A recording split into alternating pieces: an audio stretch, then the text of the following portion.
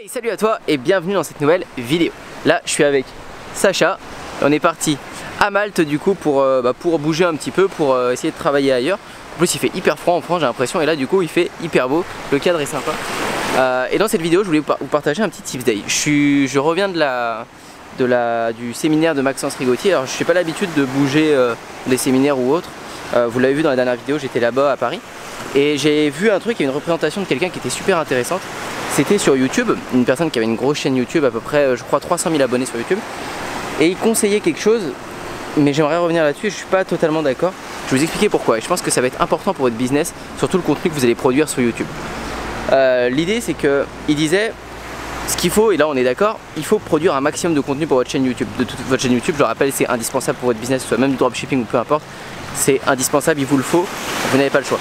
Vous apportez énormément de contenu long à votre audience et votre audience ne peut pas s'en passer, et c'est ça qui va déclencher énormément de ventes en organique. Bref, tout ça pour dire que pour que ça marche, et là on est d'accord, je suis d'accord avec lui, c'est qu'il faut produire un maximum de contenu, c'est-à-dire une vidéo par jour dès le début. Une vidéo par jour dès le début, c'est génial, c'est très dur à tenir, mais ça va apporter beaucoup de contenu et c'est ça qui va mettre en avant vos vidéos. Pourquoi une vidéo par jour et pas une vidéo tous les 5 jours? Parce qu'il faut se dire qu'une vidéo YouTube, ça prend des vues tous les jours. Même si vous mettez une vidéo YouTube aujourd'hui et qu'elle a que 10 vues demain, elle aura 20 vues après-demain. Peut-être 25 vues après-demain.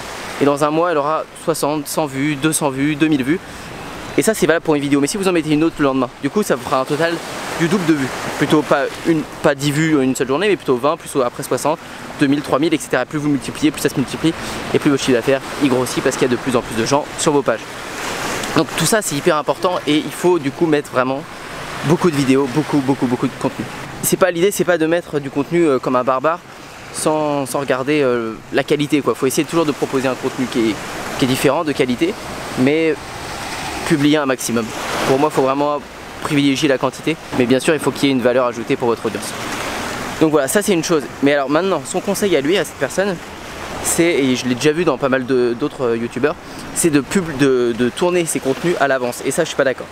C'est-à-dire qu'il va prendre une date, ce qu'il expliquait, c'est qu'il faisait un tournage dans toute l'année. Pendant 20 jours, il tournait des dizaines et des dizaines et des dizaines de vidéos, pratiquement 360 vidéos en 20 ou 30 jours.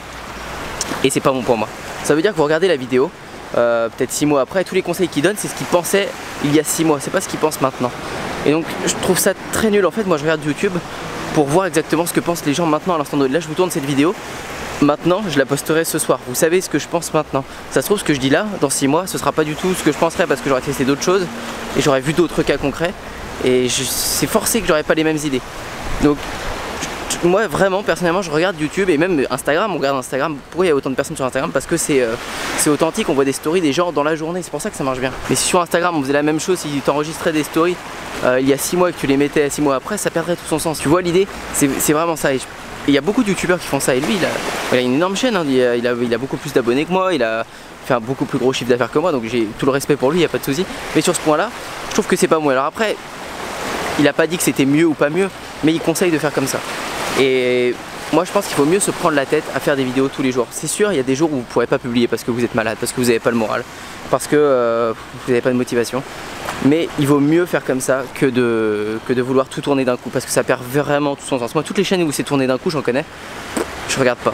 Ça m'intéresse pas parce que je veux toujours savoir ce que pense la personne au dernier moment, maintenant. Qu'est-ce qu'elle pense maintenant pour que je puisse avoir de l'avance et être au courant des dernières choses. Après, c'est moi qui fonctionne comme ça. Mais en tout cas, je pense que je suis pas le seul dans cette situation et faites vraiment des vidéos jour par jour, même si c'est plus compliqué. Vaut mieux publier 3-4 fois par semaine avec des vidéos authentiques que 7 jours sur 7 avec des vidéos que vous avez tournées d'un coup, selon moi. Voilà pour ça, voilà pour le Tip Day, j'espère que ça vous a plu. Je vais refaire d'autres vidéos ici à Malte. Après je retourne à Paris vers je crois que c'est le 7-8 décembre pour un autre séminaire. Donc j'essaierai de vous interviewer des entrepreneurs là-bas. Il y aura pas mal de personnes que j'aime bien.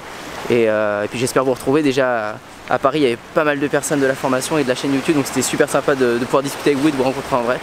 En attendant, je vous dis à bientôt pour une prochaine. Ciao!